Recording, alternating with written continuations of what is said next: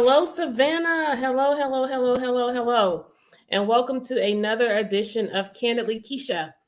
I am here today on this Monday, and I am here with a purpose. And I'm so proud to tell you, Savannah, that the bad news was wrong. The bad news was wrong. I am still your Alderwoman at large for Post 1 of the city of Savannah. Listen, I'm not going anywhere. I'm not going anywhere until the people of Savannah say different. In 2019, I was voted in as Alderwoman at large for Post 1 for the city of Savannah. And since that time, I have served you as I stated I would. I stated that I would be your advocate, I would be accessible to you, and that I would inspire you. I have advocated for some of our most important causes, one in particular, reduction of crime. To no avail, we still have not approached issues related to our police department. Right now, our police department is as unhealthy as it has ever been. And for those individuals who we require to protect and serve our community, we as leaders should be in position to protect and serve our police department. And so when you have individuals who are making outcry from all ranks within our department, from all positions within our department, they are not making anonymous outcry. They are making themselves known, and they are acknowledging exactly what's wrong.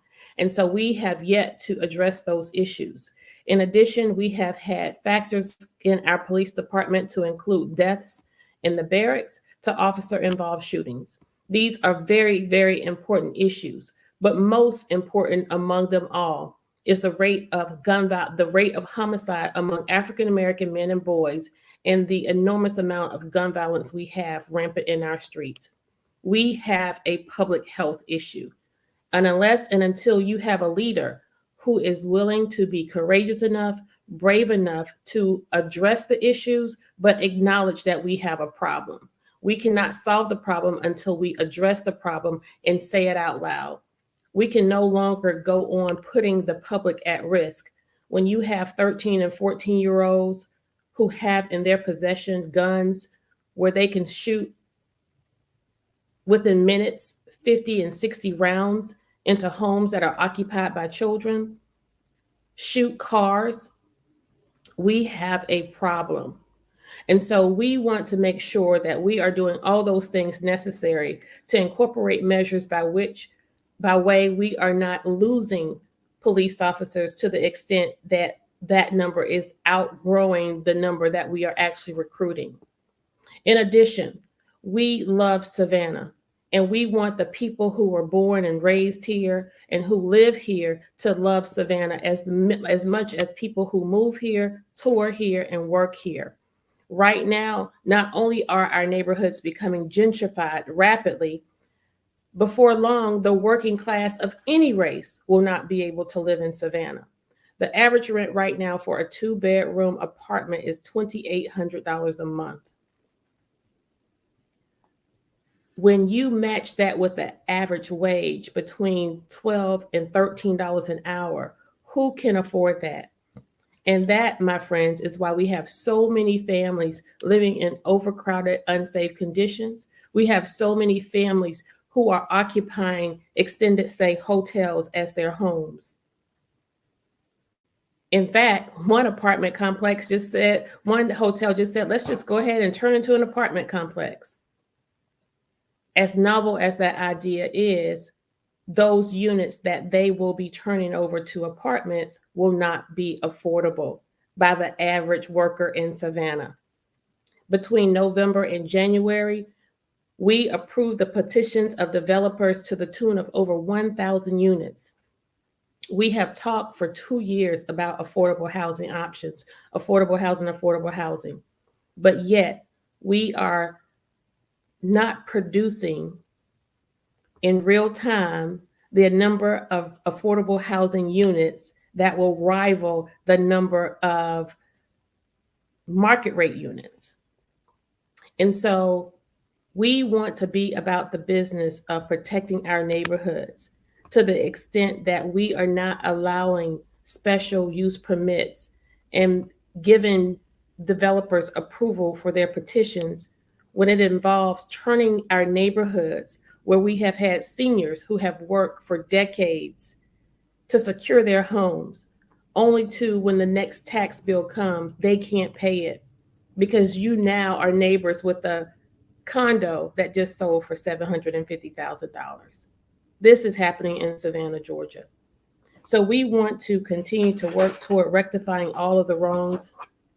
We want to continue to make sure that we are a voice of reason and that we are brave enough and courageous enough to call out those things that are consistent with wasteful spending. Like with our arena project, if you pass there now, you are looking at Gwinnett and Stiles. You're looking at the single largest construction project in the history of Savannah. $165 million, a little bit more, give or take. It doesn't look like a $165 million project. That's the first thing. The second thing that you won't see is the invisible wasteful spending, and that is for the parking. We are investing nearly $19 million in brick, in grass, and dirt. And this isn't something that we will own.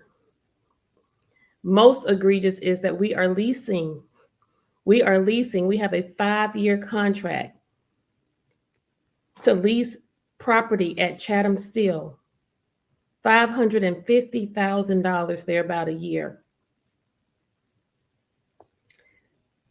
The lease started in 2020.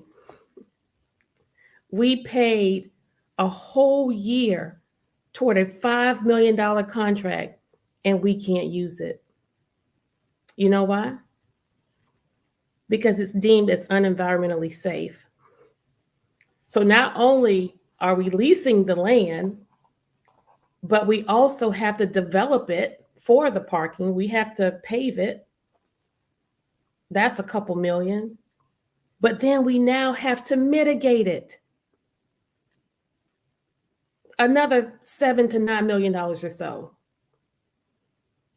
And so when you see that level of spending, recognizing that the pre-existing neighborhoods of Carver Village, Cloverdale, and Brickyard, they already had issues related to flooding. I would imagine that there are so many structural and environmental issues in that area. And we build this big arena called, does everybody know the name of the arena? It's the In-Market Arena. Yes.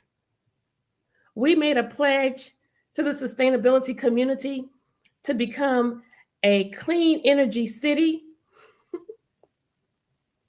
in 10 to 12 years. But we named our single largest construction project after an oil company.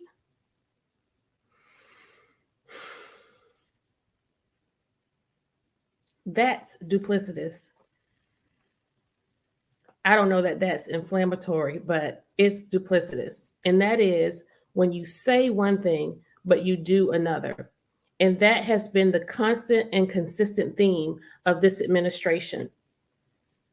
Those dynamics, coupled with the level of abuse that we are subjected to, that play out in the public.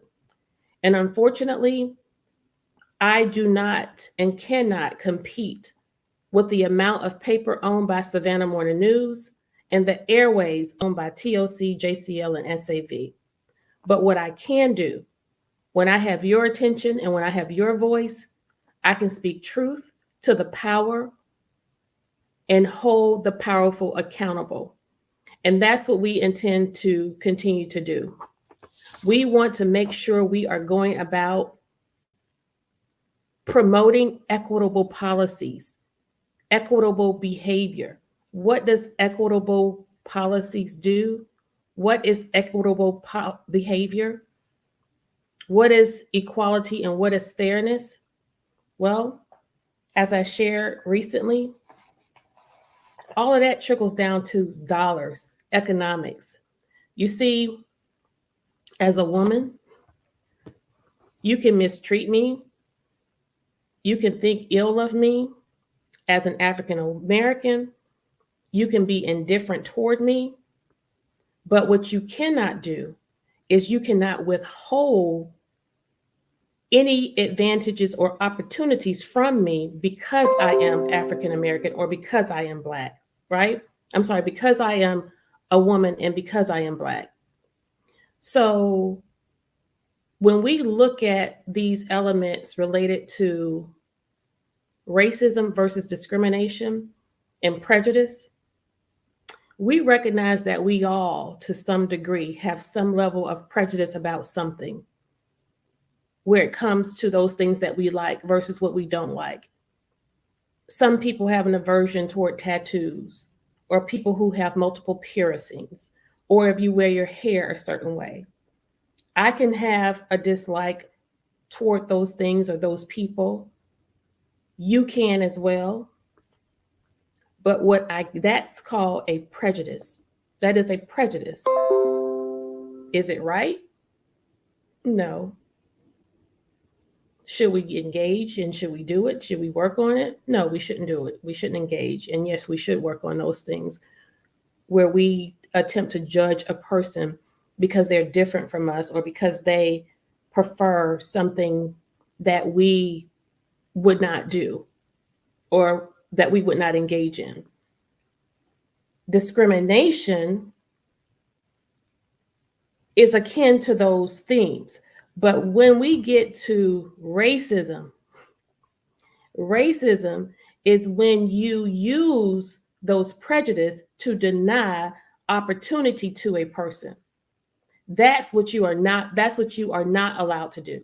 That's actually illegal, right?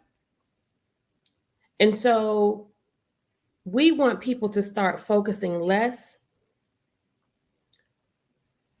on the semantics of the words and focus more on what actually is happening when those acts are committed.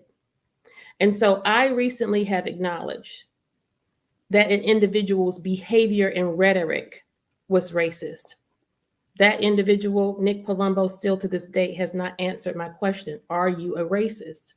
I asked him 3 times and he never answered.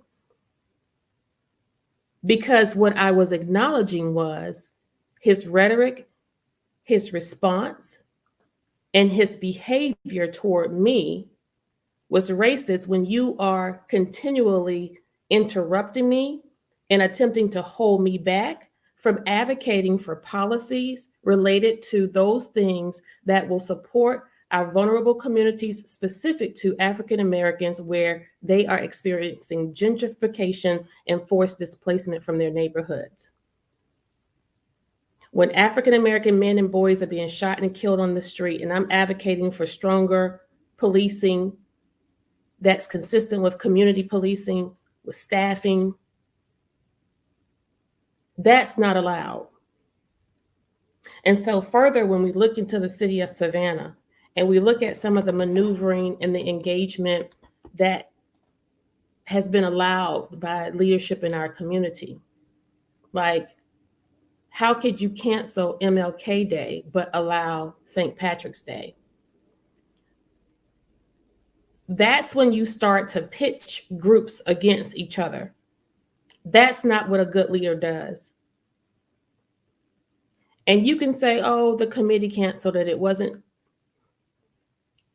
Here's where I say to the community, stop allowing yourselves to be gaslit. Don't allow someone to create these distractions that take us off of the direction in which the city should be going into. We further have elements that are consistent with these pieces where there is no fairness, there is no equity, and we start to see behaviors of racism creep in, is when you allow your assistant to give herself a $15,000 raise, and you have 2 African American women working in the office who have been working there for decades, making almost $20,000 less. And this person's sole job is just to follow you around. Then we have another situation where you have a city manager who comes in and who's serving the city less than 6 months. And you advance white people within the administration, specifically one who is sort of on the edge of things, not a top performer. But you have a lady who worked in sanitation for the city of Savannah in excess of 10 years. She leaves making $15 an hour, $15.05 an hour. But after 5 months, she returns to work back in sanitation. And they start her off with $13.46. She was only gone 4 months. Now, she had a choice. She signed off on the employment agreement. You got to know a person who would subject themselves to that behavior or to that treatment doesn't have any other options. She's coming back to the city of Savannah to drive a garbage truck.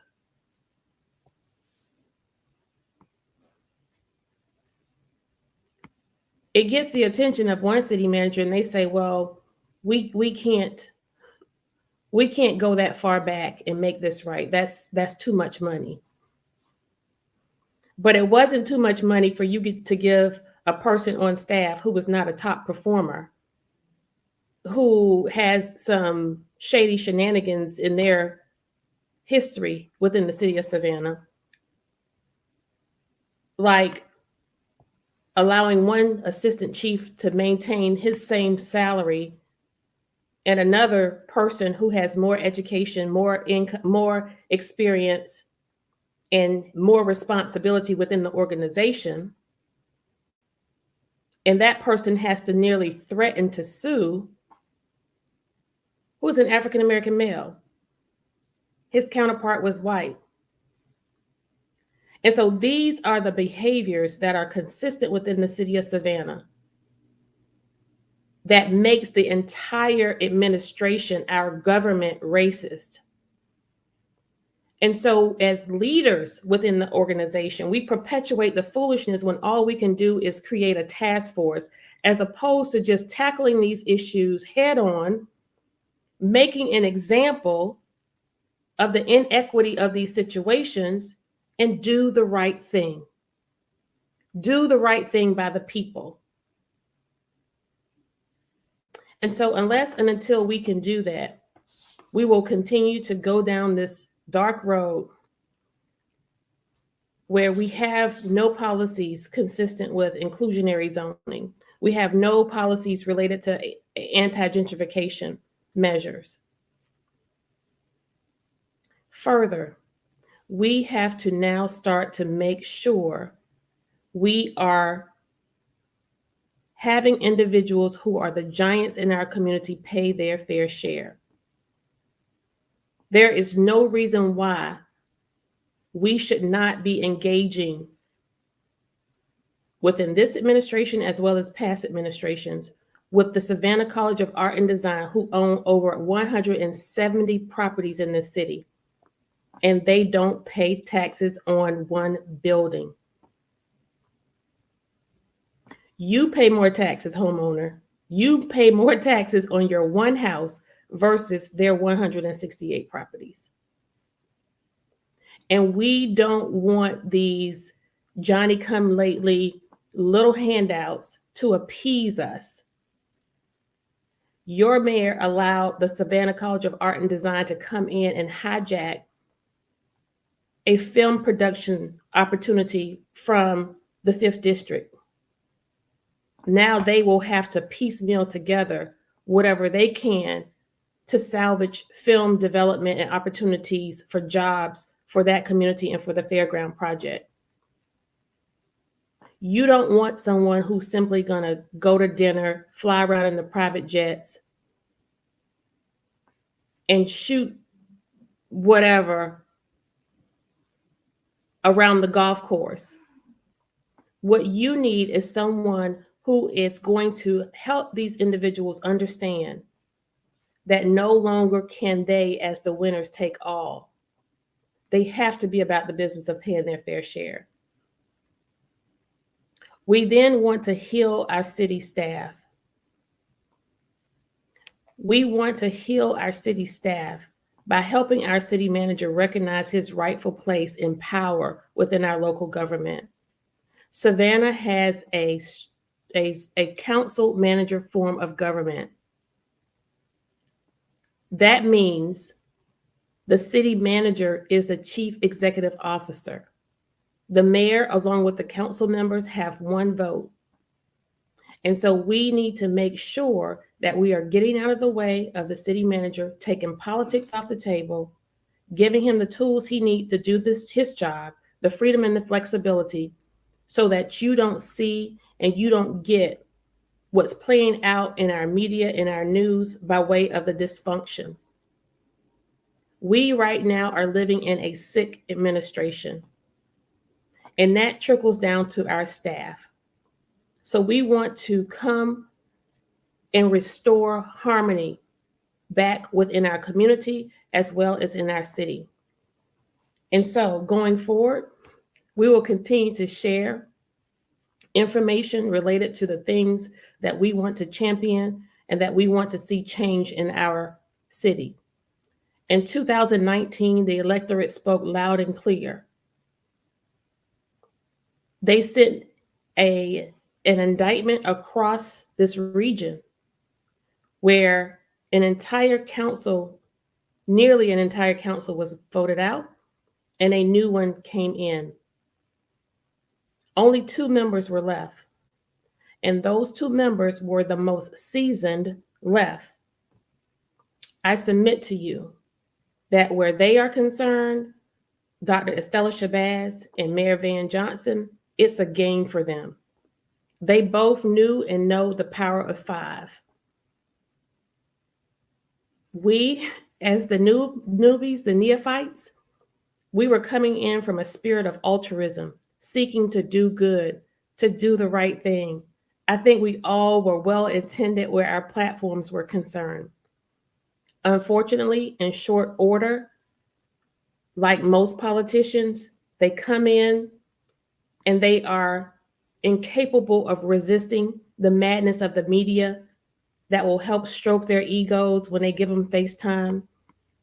They were unable to resist the payouts under the table and over the table. Get a car account at your local Mercedes or BMW dealer, and you can scoot around on a little lease agreement that somebody else is paying for. Take a ride in the jets, go to the fancy dinners, get an invitation to the Christmas parties and the birthday parties. If you are a person of little substance, you will find it very difficult to resist those things. Fortunately, the tagline I had when I ran for office, "Not for sale," it meant a lot to me. And I am pleased to say that your Alderwoman Kesha Gibson Carter has not sold out. And I never will. You see, because for 25 years, I have given this city the best of what I have to offer by way of caring for our community, from victims of rape and sexual violence and domestic violence, to youth who were members of gangs, senior citizens in our community who were nutrition insecure, and to homeless families with children. Caring for those individuals in the most dire time in their lives, where they were at their ultimate low, I took that with me when I went to City Hall. It's still with me now. And so it's very difficult to come to this platform, to come to this table where I'm supposed to be able to effectuate change proactively. That means solving the problem before it exists, or seeing things from afar off and fixing it before it gets here, rectifying those things that are wrong. After working for 20 plus years, reacting to someone's hurt, reacting to their pain, reacting to their misfortune, I now have the time, the chance to come here and respond proactively. Unfortunately, not to the degree of which I want. You see, we still have that problem of it taking 5 members of council to help me get something on the agenda. We'll go into that another time. And so, having not forgotten where I came from or the people I once served, being at this table excites me and it gives me joy because I see that the resources are so plentiful, only to be met by the frustration where you see the waste and you see the denial. Like, how does a council, how does an administration vote to keep the millage rate the same, knowing that people's property taxes are going to go up? All of your taxes are going to increase, by the way, because of that decision. And so we want to make sure that we are keeping consistent with those things that are going to push this community forward, both financially and push us forward and keep us together socially. As a city, as a community, as neighbors, as friends, as colleagues, as schoolmates, as church members, we are far more united than we are divided. But when you have actions that are consistent with decisions that leaders make that give the appearance that we are separate, I submit to you that there is a deliberate intent and effort to keep us divided. But with you, we will stay together because what we want you to do is to continue to engage, and we want you to continue to hold your electorate accountable. One of the other things I said I was going to do is to inspire. We were going to inspire you, advocate for you. I've done that. Our little league teams, for the first time in the history of Savannah, our little league teams and recreational sports groups are getting tangible dollars thanks to our city manager, Jay Melder, in an effort to backdoor our way into averting gang and gun violence on our streets. We are hoping to strengthen the reach of these coaches who have devoted their time free of charge to these teams year after year after year. We have devoted over $1 million to help them with equipment and supplies and all other activities and events that they will engage in. We also are most proud of the fact that for the first time in the history of Savannah, each nonprofit organization who petitioned the city of Savannah via grant dollars, via community services for grant dollars, you receive 100% of your allocation. That's never happened before. We're proud of that, and we want more of that. We are also happy to get finally at bat impact fees. And you will hear that this has been something that the entire council has championed. It was not. Nonetheless, we got it. And this is the trick. Now that I have announced that I'm going to run for mayor, it's going to be like the second hour of the Oprah show. You get a car, you get a car, you get a car, you get a car, you get a car. So I want all of these groups and these organizations, the Just group, I want you guys to come back and make some demands. Now that you all have these two dueling people who are fighting for you, well, one of them's fighting for another team. I'm fighting for the people. He's fighting for the establishment. We now want you to start making some demands. And I promise you, with everything I know and God loves, you probably going to get what you want this time because I got them on the ropes. I got them on the ropes. I got them on the ropes. And so it doesn't matter what Kesha Gibson Carter gets or doesn't get.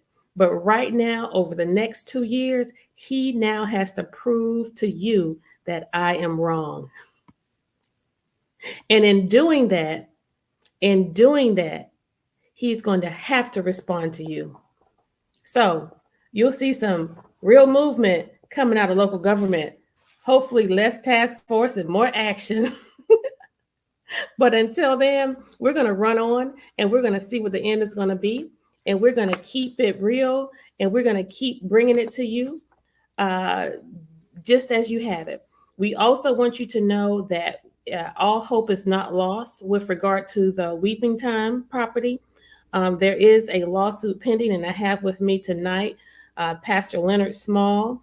If he's here, we can bring him on now. We're going to talk about where we are with the weeping time, and then we're going to do a countdown of the top 10 or 12 items of 2020. What 2021? Gosh, COVID has us all messed up. Um, the top 20 decisions that were made in 2021 that affects our community and how it's going to affect us in 2022. Dr. Small, if you could start with just giving us an update on where we are with the Weeping Time property, but also let's just jump in there with the countdown. Okay, with the Weeping Time property, we are about 2.5, maybe 3 weeks away from going to court to having our hearing. Our hearing will take place on February the 18th at 2:30. Judge Lisa Colbert is hearing our case. We have public policy experts who will basically testify that if you have a historic question, it has to go to the preservation board. And that's as succinctly as I can put that.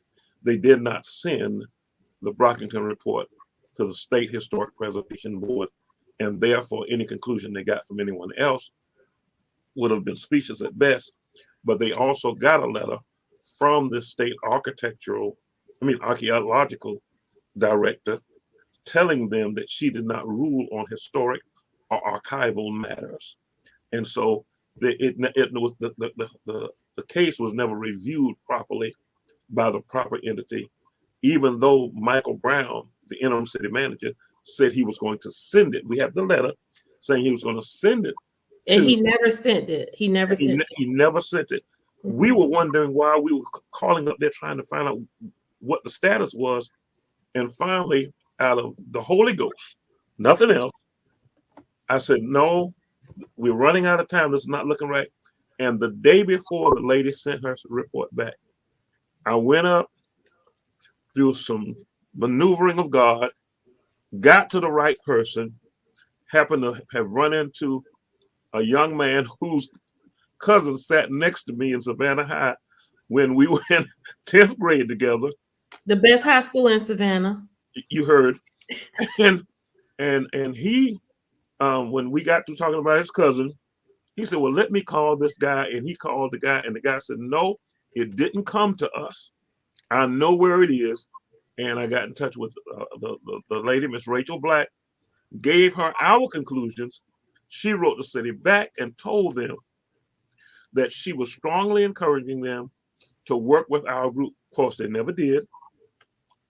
And that she was writing a letter to the city to that effect, and she did. Mm-hmm.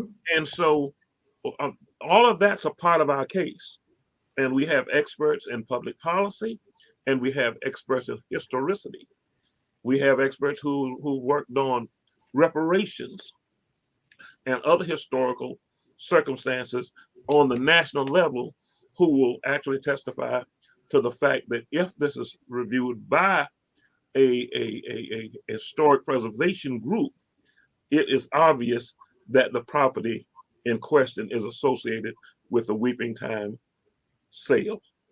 And so we believe, almost without a doubt, that if it's sent to the right people, we can save the property. Now, let's talk about the dynamics related to when this came before council for approval. There apparently had already been some deals struck between the Salvation Army and the Housing Authority of Savannah, where the property is concerned, in that while Salvation Army was petitioning us for a special use permit, we understand that some maneuvering had already taken place between the Salvation Army and the Housing Authority of Savannah with the property, which ultimately actually belonged to the city. Yes. And Vang always says, this property belonged to HUD, this property belonged to HUD. Okay, listen to me very carefully. The property belonged to the city of Savannah. We wrote to the division chair for this district of the United States. They wrote us back saying it is clearly a matter of the sale of the property between the city of Savannah and the Salvation Army. That's what the the people from HUD at the state, no, excuse me, at the regional division, which covers 3 or 4 states. They said they reviewed it. They sent it to 2 sets of attorneys, and this possibly would exchange would be between the city of Savannah and the Salvation Army, unlike our mayor kept quoting. On top of that, while we were supposed to be waiting for the study to be executed, not after, while it was being executed, prior to it ever being assigned to the Brockington people who did the study, the Salvation Army and the Housing Authority closed the deal. The study was not sent to the to the archaeologist, the archaeologists until almost the end of June. They had closed on the deal. They sold the property and bought the property in May, in the middle of May. Now, who would buy property that where the usage was being questioned as to whether it would be approved? Who would close that deal before they knew the outcome of that, unless the fix was in? Right. Okay, and that's the kind of stuff we're dealing with. But if we get our day in court, we'll lay our facts on the table. The judge will rule for us or against us, and then we'll decide what to do after that. Because here's the thing, people, and the mayor, as far as I'm concerned, it's over. Well, as far as you're concerned, Mr. Mayor, but it ain't over till we say it's over. You know, the fight's not over until everybody in the fight quit. Even if I'm losing the fight's still going on as long as I'm fighting. And that's the way this works. I came up under L. Scott Stell, W. Law, Rima Pendergrass. Okay, I came up under Addie Byers. I came up under Margaret Bannister. I came up under those ladies who fought until they died. I came up under those men who and with guys. I came up under a man who got blown up with a bomb in his office. You think I'm a weak person? You think I'm gonna quit when I saw them bring my friend out, blowed up and bloodied? No. Even if it's only for the remembrance of Robbie Robinson, I cannot turn back. I cannot stop. And then I almost died 2 years ago. I'm living past my time. So what am I going to do? I'm going to be so grateful. I'm going to work until the sun goes down. I'm going to fight until the battle is won. I'm going to keep my hand on the blood-stained plow until God calls me home. I have nothing else to do with the life God gave me but stand up for righteousness. And that's what we're going to do as far as all these, and the way they're treating these sisters. And I understand they're grown women, but for me, they're sisters. And if anybody abused my sister when I was a little boy, I didn't have sisters, I only had brothers. But if someone would have abused my sister or one of my best friend's sisters, I would have gone to school and beat up the classroom. No. We need to, and I know they don't feel like they need to be protected because they're full grown and they can fight. And if you saw Keisha the other night, y'all know she ain't nobody to play with. But I'm telling you all, I just can't, it made me so angry. And then they snatched fairness from us. They snatched justice from us. They are playing games, using statements that they don't even know the meaning of. They keep Keisha from making a point. Palumbo kept saying, personal privilege, point of order, perfect. A point of order is simply this. I need to educate our people. A point of order is when someone does something that's outside of the rules of Robert's rules. And you cannot raise a point of order when someone has the floor unless there is a pause in their argument. You can't raise it while they're talking. That's what it means for a person to have the floor.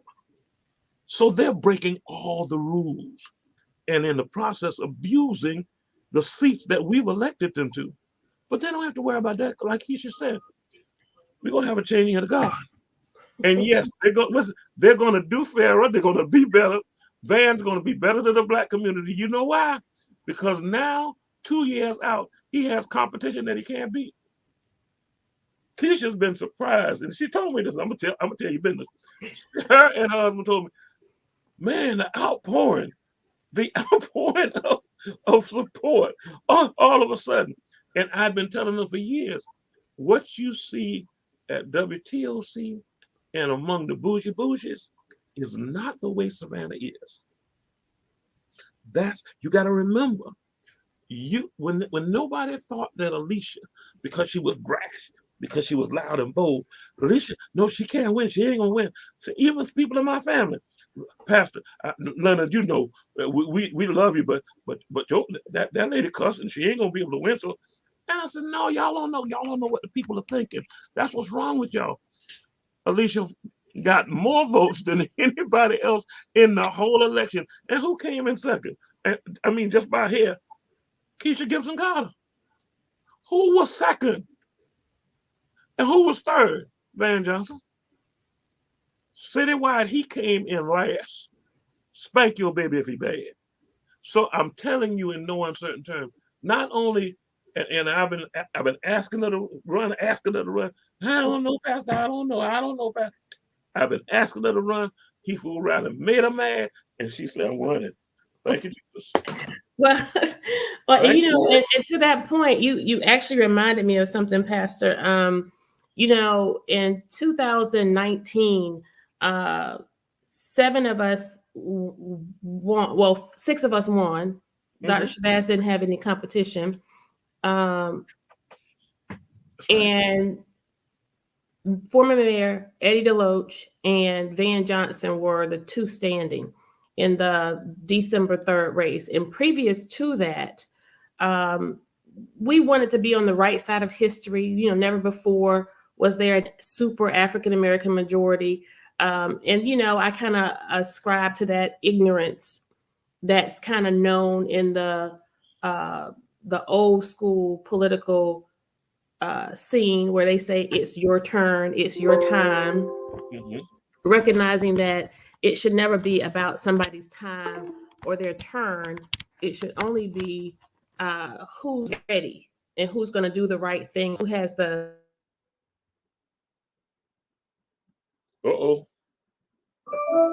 She mashed the wrong button.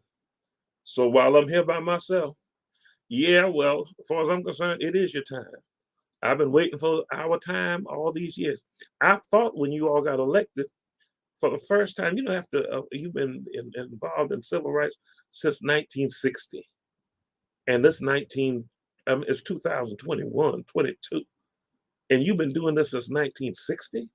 That's 60-some years, and now we've got a supermajority on council, and this foolishness. Something's gone wrong. And it's going to have to be fixed. Something is going bad wrong. And since she's off, let me say this. I want you to hear this. So that the city of Savannah is the only municipal government, only corporate government entity that I know of anywhere. And I'm all over the South. I'm all over the southeastern Georgia, the southern part of South Carolina, and the northern part of Florida. I'm in all these communities. This is the only place where people sitting on council can't put anything on the agenda.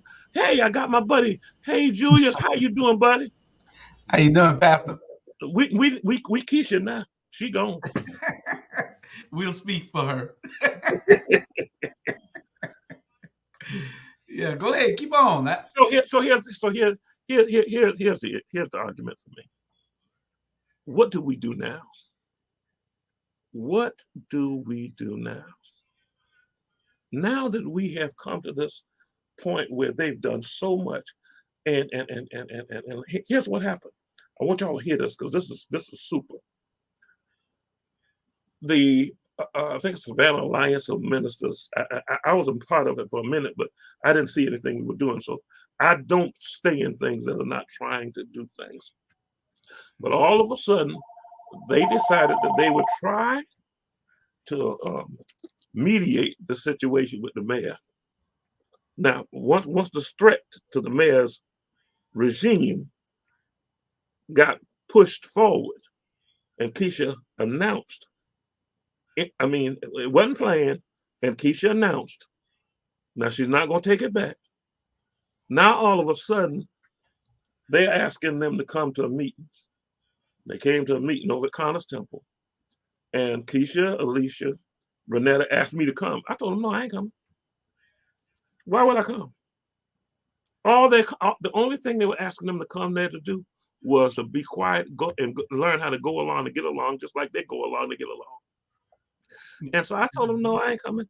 And they called me 3 times. I think you were in the room one time when they called me, Julius. And I'm not going to that. I don't do dog and pony. I'm not going to that because they're not serious and they're hiding. If they really wanted to do this, they would come out and make a public statement. Let's bring them together and bring the mayor in the room and sit down and come to some reasonable compromises.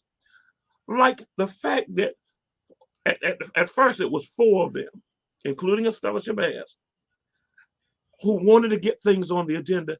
They did not, for over 2 years, they have not let them put one thing on the agenda. For over 2 years. Who does that? And what populace allows that? What city, what county allows that type of behavior?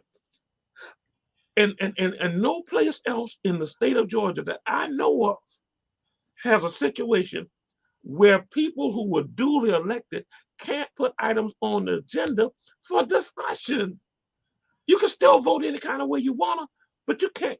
It's like it's killing the voice of all the people who voted to support these people. You know, Pastor, I think that one of the things that the people need to do is to question their pastors and ask them, what was that meeting about and whose side are you on, the people or are you on somebody else's side? Are you on the people's side or the devil's side? You know, because God is for the people. These are God's people.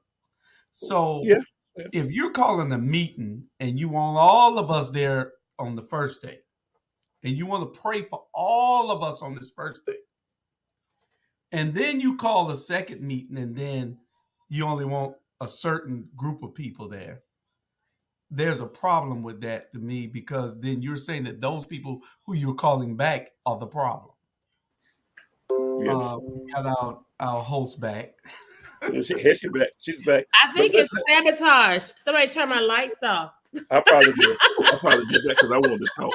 Now, wait a minute. Let me say this one thing. I want you to hear this. If you're a Black preacher in the city of Savannah and you are on the sidelines, if you are missing in action, or if you, as a result of your temerity, have allowed yourself to be a prisoner of war, that we can't come and get you, we can't find you, and you can't fight with us on the weeping time. Forget everything else. How can a Black preacher in 2022 and all of one not come out to preserve the heritage for our young Black children coming behind us? How can you decide that this is not your fight? Were these not your people? Were these not your family? Do you have no sympathy? And how can white folk white experts be coming to the table, to the fore, to testify, to try to save Black folks' heritage? It's American heritage included, but ours in particular. How can a Black preacher in Savannah, any of you sorry, you heard what I said. And don't say, well, Pastor, you shouldn't talk about the preachers. What would Jesus do? Because Jesus stood up in what we call the Olivet Discourse and called them snakes and hypocrites to their face. And I'm saying that all of them who called y'all to that meeting And somebody said, Pastor, you sound like you're mad and emotional. That's because I'm mad and emotional. I have a problem with this. And you know what, Pastor, I appreciate it, and you didn't want us to go to the meeting, but out of respect, because I respect the clergy in our community, and I also respect the fact that everybody is not a fighter, rather they are a mediator. And there's argument there as to who and what they should be. Now, I feel like um, the meeting was well intended, but I think the motive was not clearly. I don't know that they were honest about the motive. You being political. No, and I sincerely respect them all. I sincerely respect them all. I really do. I just think that the timing and the people who they connected with first, minus the leader. You know, Pastor, I said to one of the pastors in the room, if the bishop knew that there was a problem within his congregation, one of his congregations in Savannah, and he came down to mediate and to find out what the problem is or was, he's not just going to call the trustees, the missionaries, and the BTU and the two members at large and not talk to the pastor, not talk to the leader. Right. And so I asked the question, are you singling us out because we are perceived troublemakers or noisemakers? And one of the pastors was honest and said yes. And so another pastor stated that it was because of what they had seen on the news and how we were acting. The part that's hurtful for me, and I'm sincere about this, but I'm okay. If the part that you saw on the news where we were behaving badly, I don't know what part of the meeting they watched to say that, but what wasn't it last year when they stretched me wide and hung me high with the ethics complaint and had my face plastered on the front page of Savannah Morning News for more than a week, had my name in the airways, a part of the top 3 lead stories of every single media outlet, because I allegedly cursed out somebody and hit somebody with a pocketbook. Come on now. And to this day, no one has heard me say, they don't even have a recording of me saying, cursing either one of them out, because I never cursed them out. Mm-hmm. I cursed the process of the mayor cheating the city manager search. Mm-hmm. I, as an adult person, offer expletives in reaction to his behavior. Now, you can judge me as a Christian and say you shouldn't be cursing. Yes, but what you can't do is use that as a whipping tool when you could have very well carried out those duties without the ethics complaint, just as you could have done it without the reprimand, and it could have been done in private, in executive session, which we haven't had in months.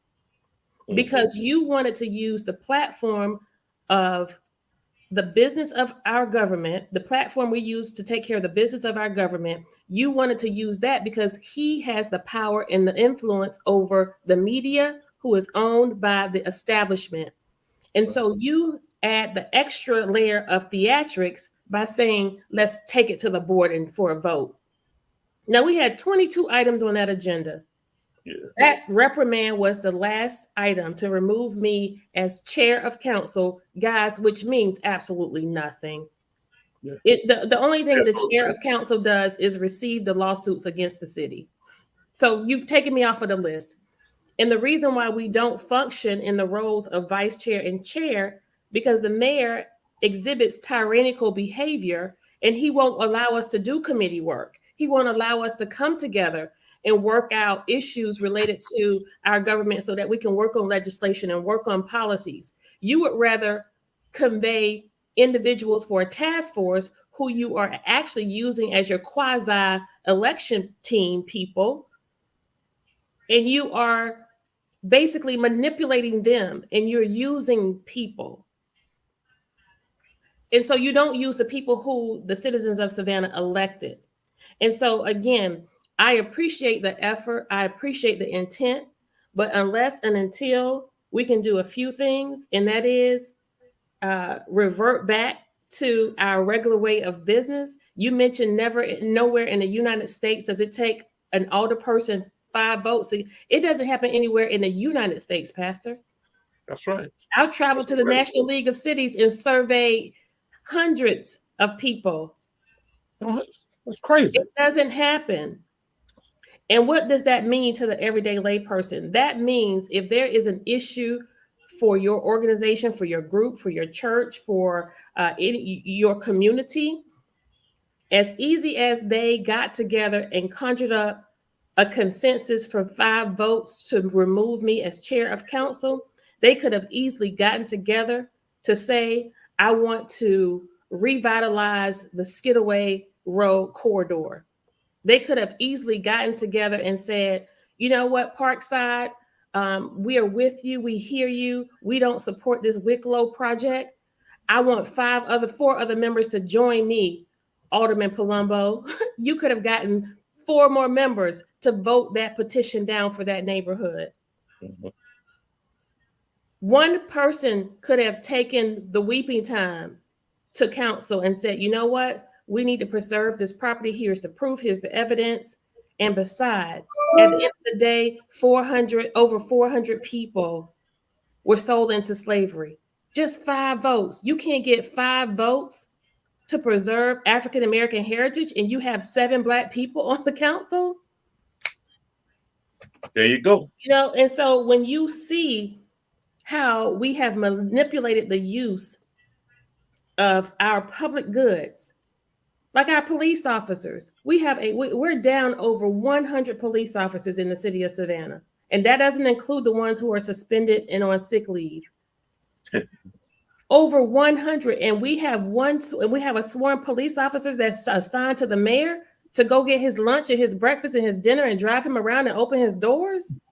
No other mayor has needed that or has had it in Savannah. Let me tell you how petty they are. Let me do this. Let me do this for you. Forget the stuff you've been seeing. Let me tell you how petty it is at City Hall. They've been in office now for 2 years. 2 years ago, they started putting together offices for the alderpersons in City Hall. They remodeled, and it's ugly. They remodeled the mayor's office. I'm serious. It's not what you would put in that building. I brought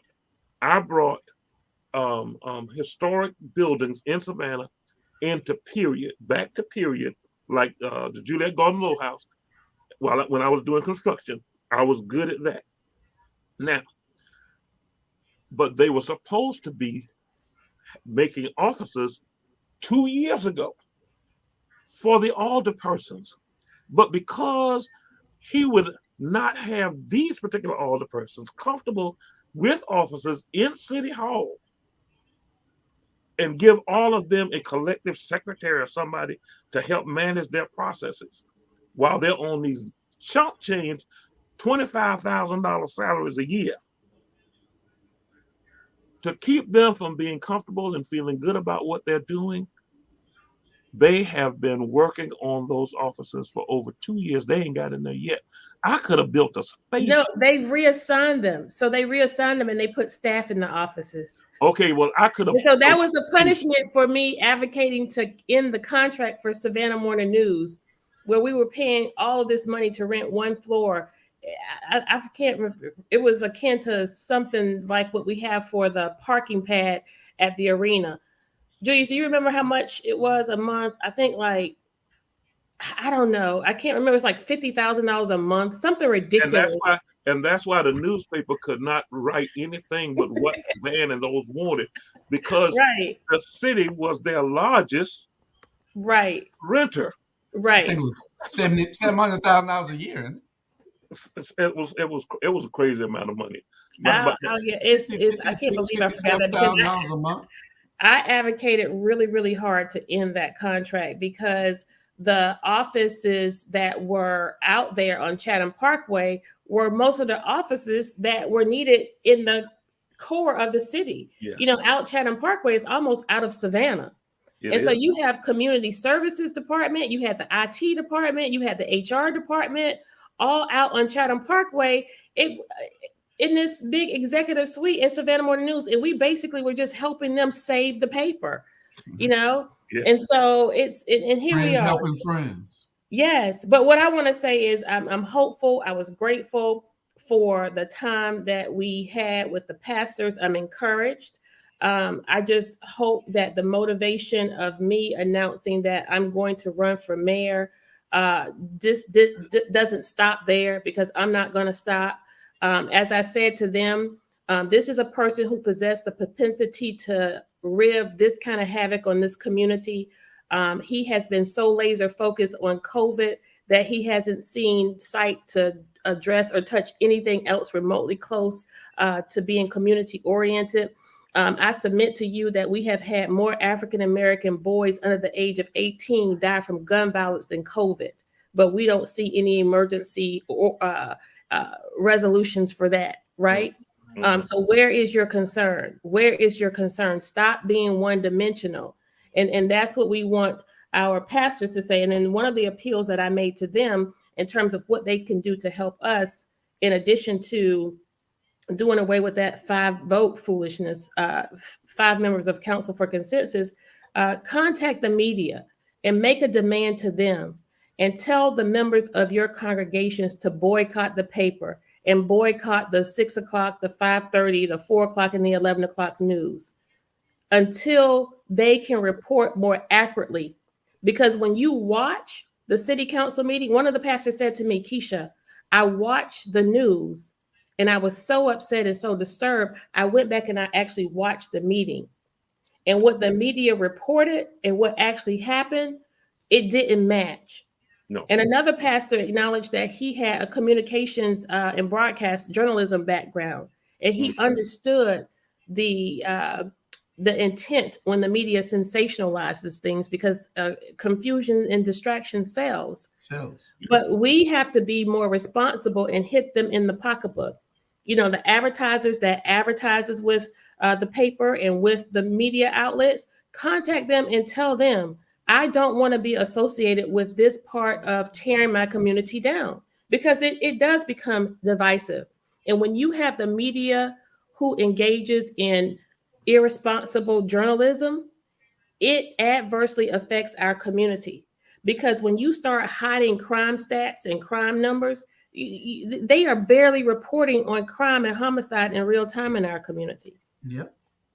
And when you don't talk about and you don't spotlight and have a breaking news story on Midtown becoming almost 80% gentrified, you do this community a disservice.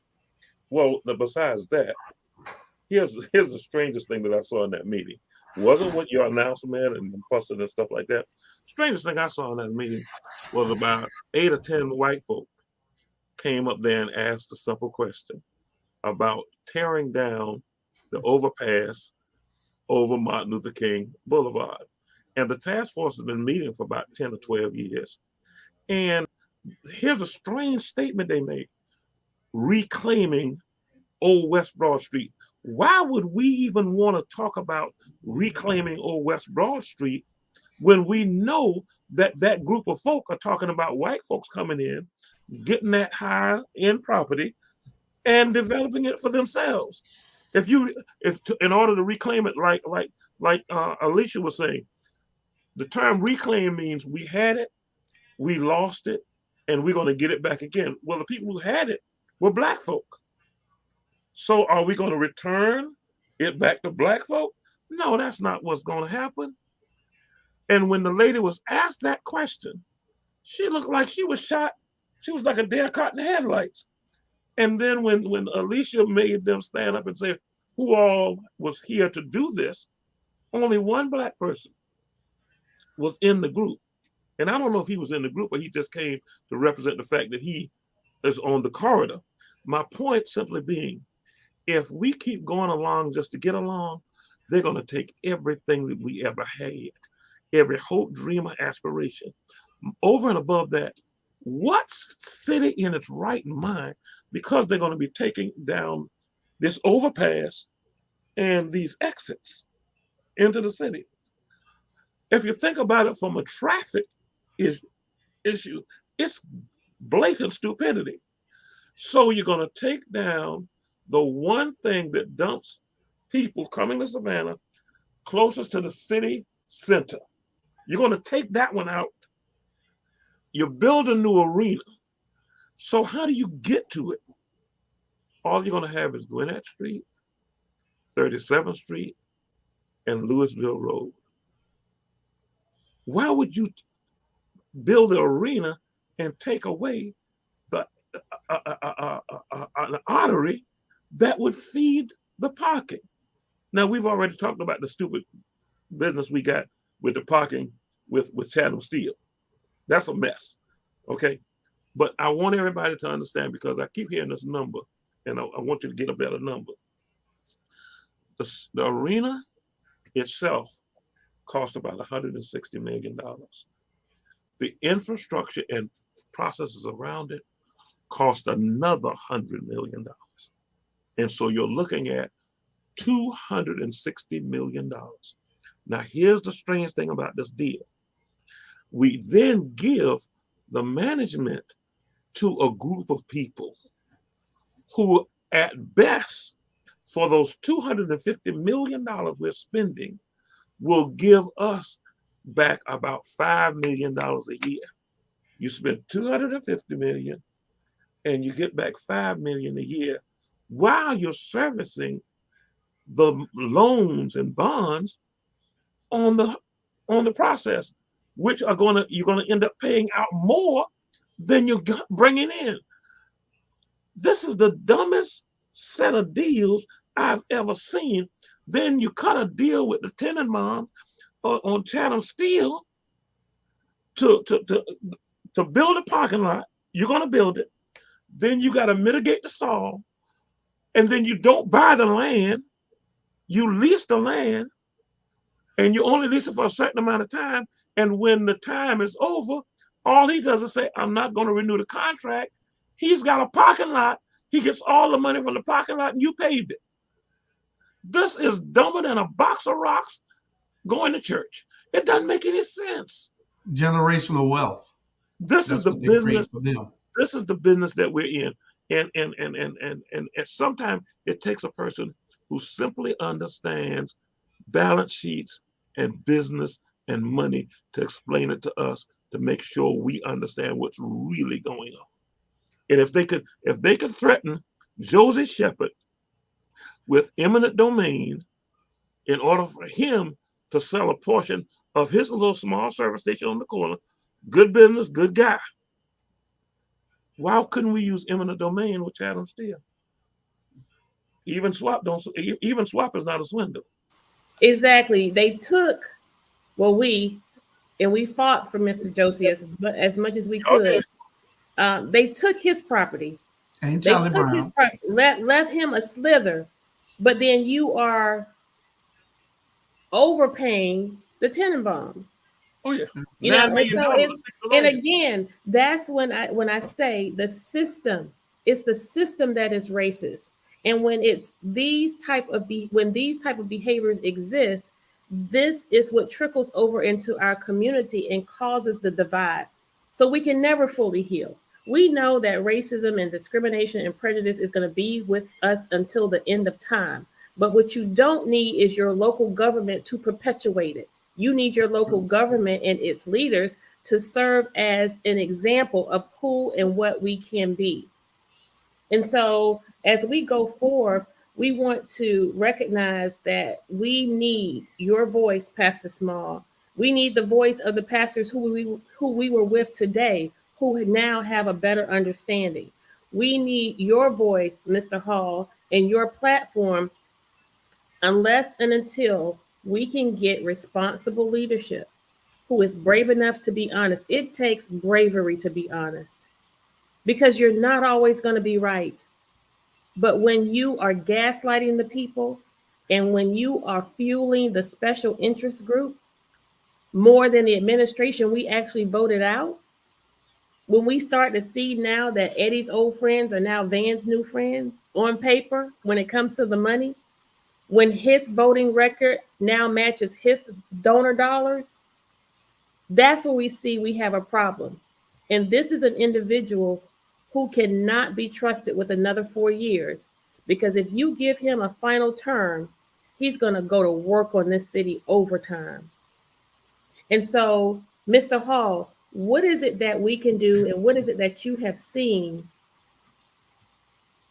in the media that keeps us with this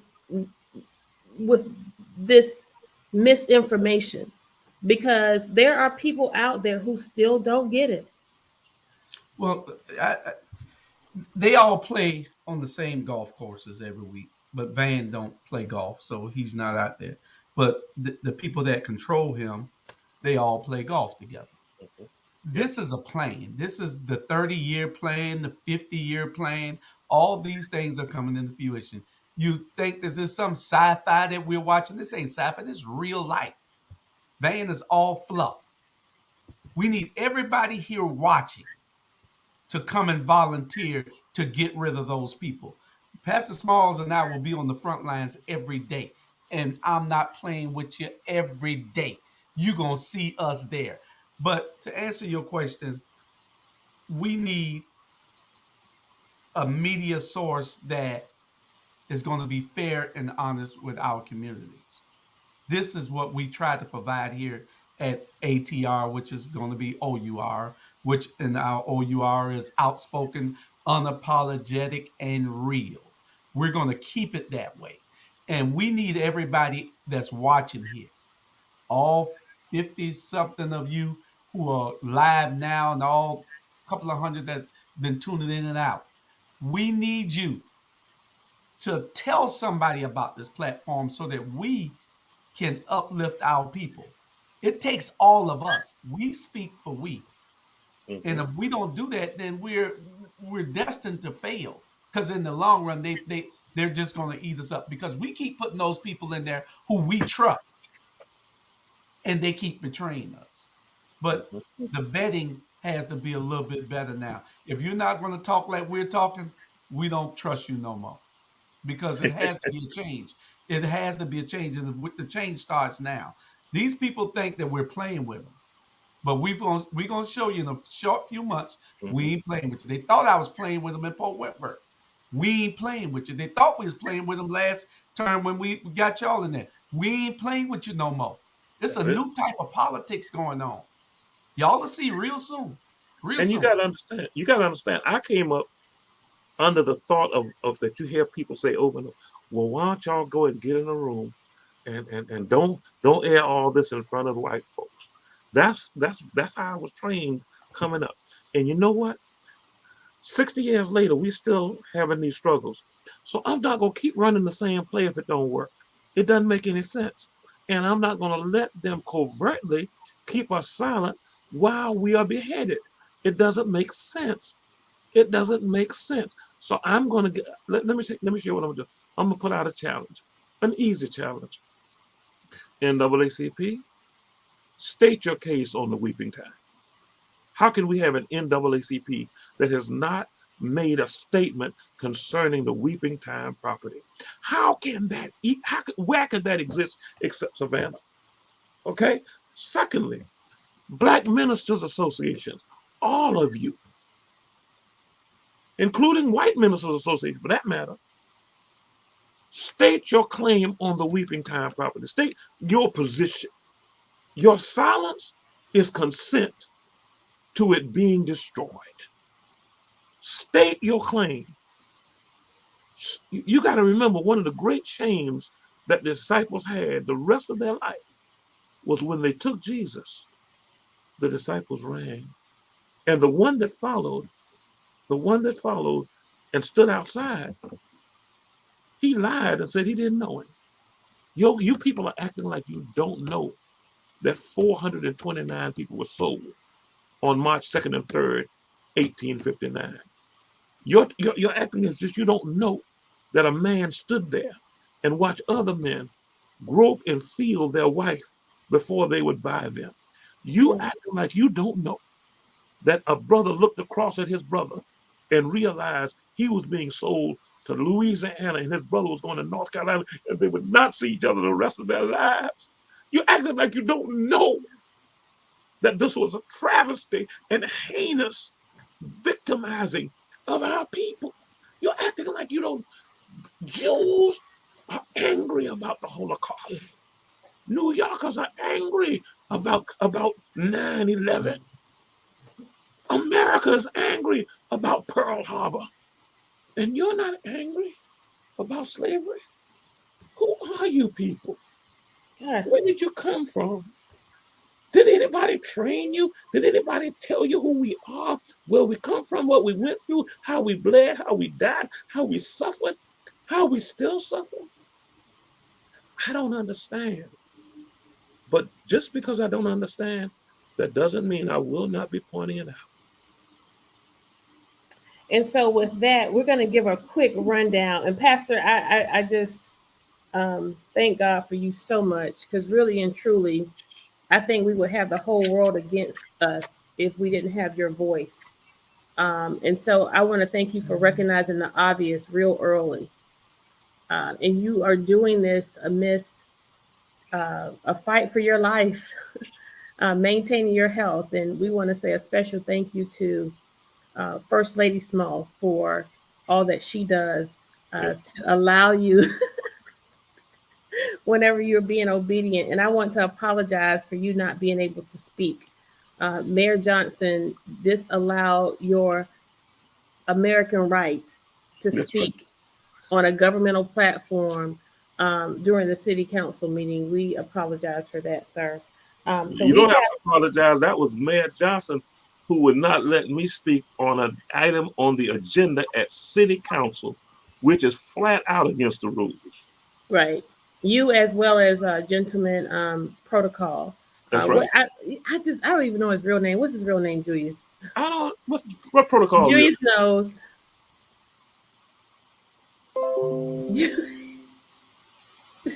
You muted. I think he's muted.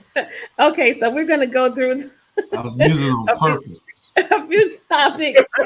We will give a quick rundown and predict how these issues affected and will change our 2022.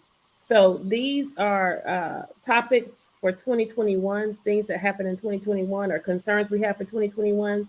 And we want to, it's real quick with each one, either of you can chime in. We want to know how will it change or affect us in 2022. Let's start with the arena. Okay, with the arena, how will it change or affect us? It will make the people who live in Fraser Homes, Caton Homes, Cloverdale, and Carver Village more vulnerable to, I don't call it gentrification, I call it economic segregation. And Brickyard. And Brickyard. All those people living in those areas are in jeopardy of being supplanted. It's really that simple. And the concern I have also, Pastor, is with quality of life. If you think about it, I mean, what is traffic going to be like? What is noise? The new foot traffic. We've done several cleanups in that area, and the litter is already out of control. Oh, yeah. So we also recognize that quite possibly will be a new corridor for hotels. Definitely. As they are talking about developing the Canal District. We also want to talk about homicide. You know, my whole thing is from crime to weeping time. Where do you predict we will be? If we don't get a change at the top in the police department, and I'm talking about the chief, I tell it like it is, and somebody will, well, Pastor, you know, he's the chief of police. Aren't you worried he might fool around and come back at you? Yeah, he can, but I don't do anything. I don't commit no crimes. I don't do anything. that the police need to be bothered about. But if they do, I wouldn't be the first civil rights leader to be victimized by unjust police. Having said that, I remember us ramping up how many people we were hiring into the police department. And as soon as we ramped them up and got them in, they got in, saw what was going on, realized that this place is not being run well. And many of them, even some who came to me for counseling, decided, I want to be a police officer, but I can't do it. They saw the young man who reported the mine concerning Harvey's death in the police headquarters. They saw him fired unjustly. And many of them said, we walk in on eggshells, knowing that at any point in time, it could be us. And most people don't know how many of our people have been dismissed from the police department because they threatened them and they resigned. Mm-hmm. And so we've got a mess. And if you and people can, well, police can't reduce crime. Well, what they for? Mm-hmm. What are they for then? The police department, a good police department will reduce crime. Good police officers do help with bad behavior. We can do this, but we have to have the resolve and we have to have the leadership. And here's the thing: William Harvey died, and this is people who don't care. He died of super suspicious causes. Now they said he killed himself. Me nor his family believe that to this day. But here's the strange part: neither the mayor nor the chief of police spoke to that family for more than a month. And when I said, well, in an interview, when I said with his mother standing next to me, I said they haven't spoken to this family for more than a month. She said for 34 days. She was counting. She was counting. These people are callous and heartless, and they literally don't care. They think that people are beneath them and therefore do not deserve the regard that they would give to people that they think that they believe have status. So I think we are in absolute trouble. There is not one solution being given from the police department to reduce crime. I was at a couple of meetings that they had, but those meetings led to nothing. But Pastor, I think this is one of the problems that we have in this community, in some other communities, but in this community in particular. When you don't have a group of people standing up in unity to address these issues, they will disregard whatever those like us are saying because they know that we don't have the people with us to really bring the complaint that will make them listen to it. Mm-hmm. So that's what they bank on. This police chief don't give a damn about what you, excuse my French, what me and you say. That's not French. I took French. Okay. He doesn't care what me and you say. Man just doesn't care what the people say because he's fooling everybody. He's all fluff. Mm-hmm. He knows how to wiggle around any question you ask He's him good. and He's make good. you think that he's telling the truth. He Mm-hmm. fooled me every 2 weeks eating lunch with him. He Mm-hmm. fooled me. Everybody, y'all don't think I'm just talking about Van. Me and Van ate lunch every 2 weeks, having strategy before he announced. Mm-hmm. Wow. And the So- thing I wanted to say before I got cut off, Julius, to that point, myself and Alderwoman Blakely, we actually campaigned for Van leading up to that December 3rd election. I mean, we traveled this city, went to churches, went to community centers, and we said, send us to City Hall with somebody we know we could work with. But I submit to you today, now me and Eddie DeLoach have a love-hate relationship. He's really a good guy. I just don't like his politics. But he's a really, really nice guy, and I absolutely adore his wife. I adore his wife. I do not think Eddie DeLoach would have been treating us this way. True. I guarantee you, because at the end of the day, he's a man. He's a real man. And he has a wife who I know would not tolerate what is being done to us just as women. Mm-hmm. But he would have at least, we're not asking for the moon and the stars, y'all. We're just asking to give people back their fair share. And Yes. I believe we would have had the influence and the power to work with Eddie to get people something. Yeah.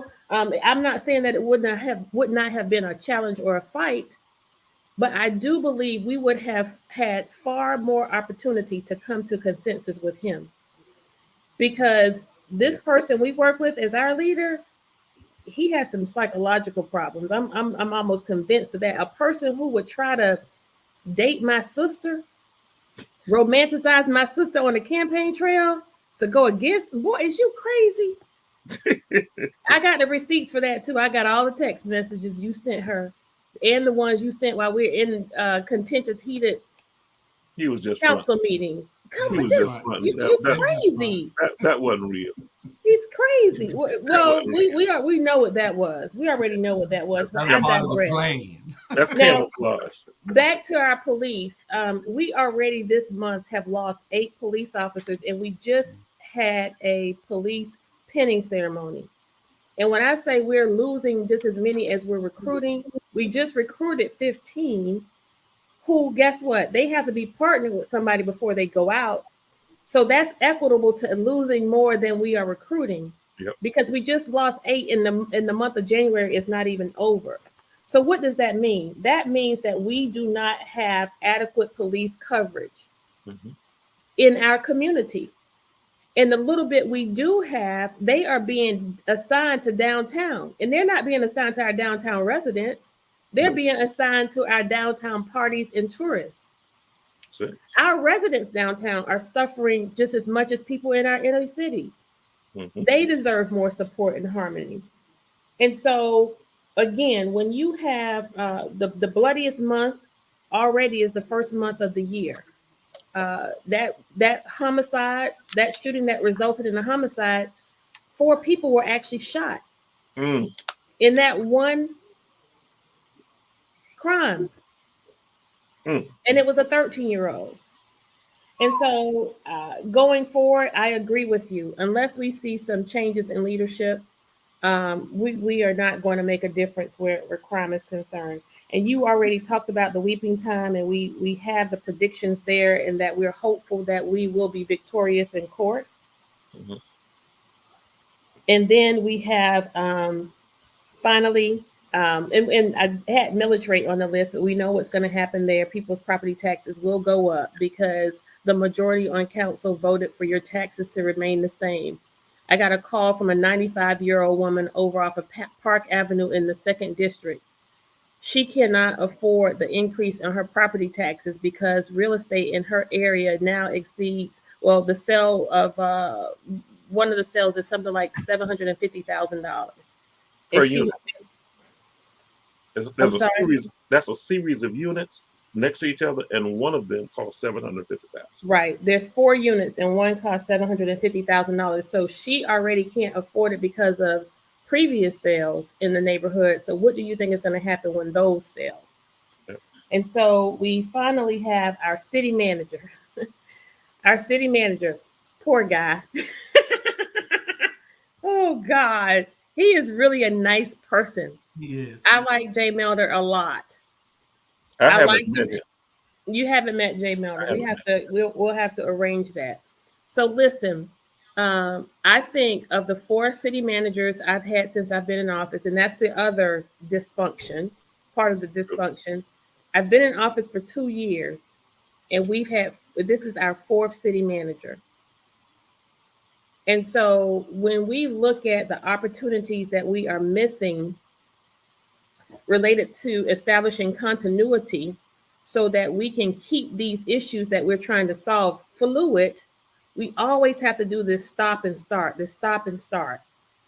Like with our workshops, the workshop should be dedicated to educating the public as well as informing the council on some item that is happening in real time or affecting our community in real time that we can solve. But what we use the workshop for is a diversion. And so Jay Melder, for as much as I know, uh, is trying. Is trying. At least where I am concerned, I can sincerely say that as a leader within the administration, I feel more supported with him than I ever have with any of the other city managers. That's the most I could say for right now. Um, I feel like the little bit of the few home runs we have, it's only because of his open door, um, and the fact that he listens and he tries. And so I'm grateful for that. I'm encouraged that we will continue to have a good working relationship. But what we cannot do is allow for his thought that his contractual agreement relegates him to supporting the majority on council. We have to get past that when he is the chief executive officer of the city. And yeah, and that's where we have a problem. And I think that's where experience. This is his first time as a city manager. He has always had the uh, number two seat, and I think that's where having someone who has that first seat experience would have served him well. But everything happens for a reason.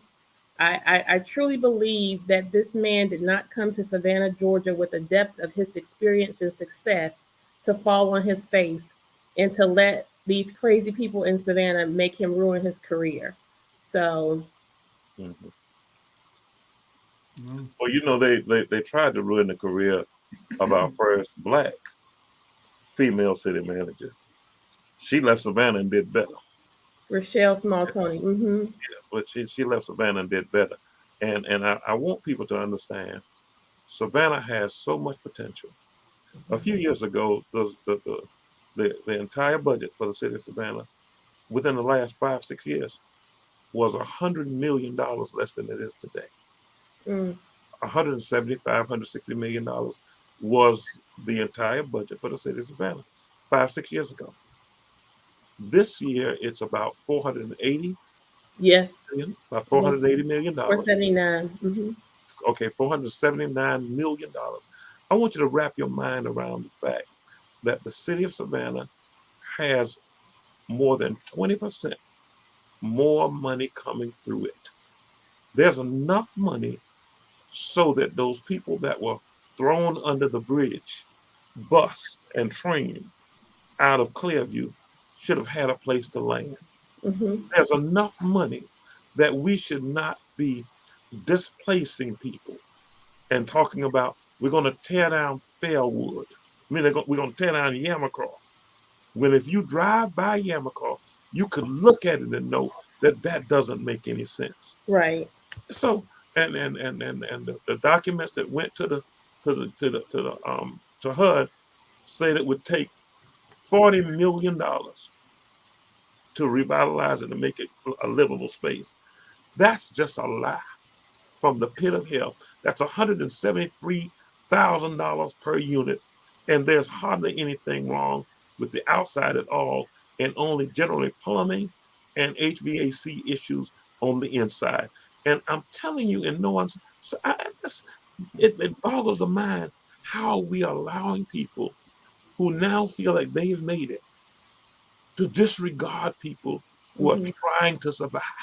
Right. That makes no sense. And here's the thing. Most of these people consider themselves Christians. Most of these people go to somebody's church and talk about somebody's Jesus. Oh, they love God. And so how can it be that you care about God and don't care about the epitome of his creation, humankind? We need to understand it is a Christian thing to lift up the downtrodden. He does say the poor you will have always among you, but other places he asks you how you want to treat them, because the way you treat them determines how you would treat me.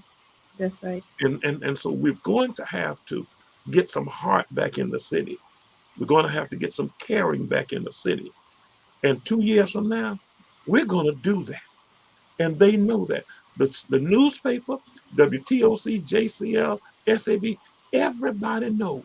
They know better than most black folk know, that the most viable political candidate in Georgia, in the city of Savannah, in our region, is named Kesha Gibson Carter. Now she can go ahead and be shy about it. She can all go ahead and try. I don't know. Forget all that foolishness. I'm telling you what the gospel truth is. The most viable political candidate, and they know it, and they're trying to undermine you. They're trying to silence you. All of a sudden, now the preachers want to meet with you. After last week, we've been needing them for 2 years. For real. We've been needing them for 2 years. Don't and I'm telling you, that announcement got them to get together and say, we got to do something now. We got to do something because they know you're gonna beat the bricks off them. And that's the name of that too. I have You're gonna beat them like they one or slapped two your mom. things. One, the only way we're going to have change is we got to have people that care. And right now, we don't have a lot of people that care. We got a few people. These are the women who are fighting for the people. My problem is that the people who aren't watching don't really understand. See, my wife ran into two ladies talking while she's shopping, like she always do. She's shopping, with no, she's shopping, and hear two women talking about you, Alderwoman, and she had to stop and set the record straight. They don't really understand what's going on. They thought you were put off council. They thought that you were gone. They was talking about good riddance. They I got don't those know. calls. See, because they don't understand. All they listen to is the sound bites. Somebody text me, message me about, you know, a you. I had to straighten her. And when I finished, she said, well, I appreciate that because I didn't know it. We have to educate the people who aren't looking. And we got to count on all these 60-something people up here looking now to start telling people the message. Don't keep it to yourself, the good news. Don't keep the good news of Jesus, how they used to say back in the day. Don't keep the good news of Kesha Gibson Carter to yourself. Tell somebody. Bring somebody to the campaign because we coming and ain't nothing you can do about it. Well, this is I appreciate that. And because I am being carried by a force that's far greater than me. And as I stated at the top of the show, if I had to think about what I was doing, I wouldn't do it. Because it's really not me, but I just happen to be really good at what it is that I do. And that's loving people and caring for people and being a compassionate person. I went through this when I was at the Rape Crisis Center. After decades of a stellar record of performance in every job that I've ever done in this city, I find myself on the other side of this political arena where it's perceived that I am a threat to somebody's office, i.e., the district attorney, Meg Heath. And because I challenge the system, not her, I challenge the system. But as opposed to her recognizing the challenge and following through accordingly, she maneuvered and got 9 or 10 chiefs of police, not police officers, chiefs of police, from Tybee Island to Port Wentworth, from Pooler to Thunderbolt, to sign off on a document that was false against my person.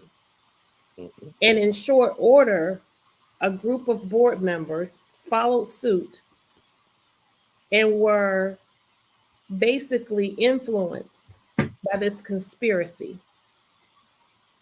After that act, because of who they were and what I was doing, providing support to rape victims, advocating for rape kits to be tested and for rapists to be arrested and identified, I was made out to be this villain. After nearly doubling the organization's bottom line, expanding services to reach multiple counties, increasing the staff, increasing their salaries, increasing our volunteer support, everybody in the city of Savannah, the county of Chatham and surrounding communities knew about the Rape Crisis Center. in that it was a resource for advocacy and prevention education. We started making headways in our local schools. And all of that work was derailed because of selfishness. And that's what I saw in Van Johnson.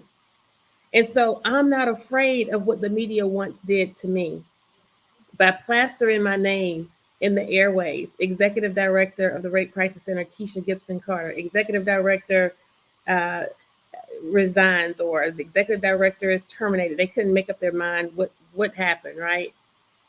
And my name was whispered in the airways. And then they had to change my name. They had to change my name to Alderwoman Kesha Gibson Carter. And this was after, this was after I had to not only run against my opponent, who raised almost 100 times more money than I raised. It's on the books for her about 200 plus thousand, and I barely raised 20. The Savannah Morning News endorsed every candidate who lost in that 2019 race. That's right. You did. The media outlets were very unfair in their coverage of my announcement and my campaign. After they changed my name to Alderwoman Kesha Gibson Carter, I come to City Hall. I come to this office. I enter this arena with that same vigor, with the same passion, but with more, because now I recognize what and who I'm dealing with. And I also recognize that there was a correlation between all of those players. The players are the same. The players are the same. And so now, before I say goodnight to you, I submit to you, citizens of Savannah, those who I love so much, that once again, my name will be changed. Mayor Kesha Gibson Carter. That's right. Good night, y'all. I love you. Thank you. I appreciate y'all. Love you, baby girl. All right. Good night, everybody. We'll see you here tomorrow night. Amen. Amen.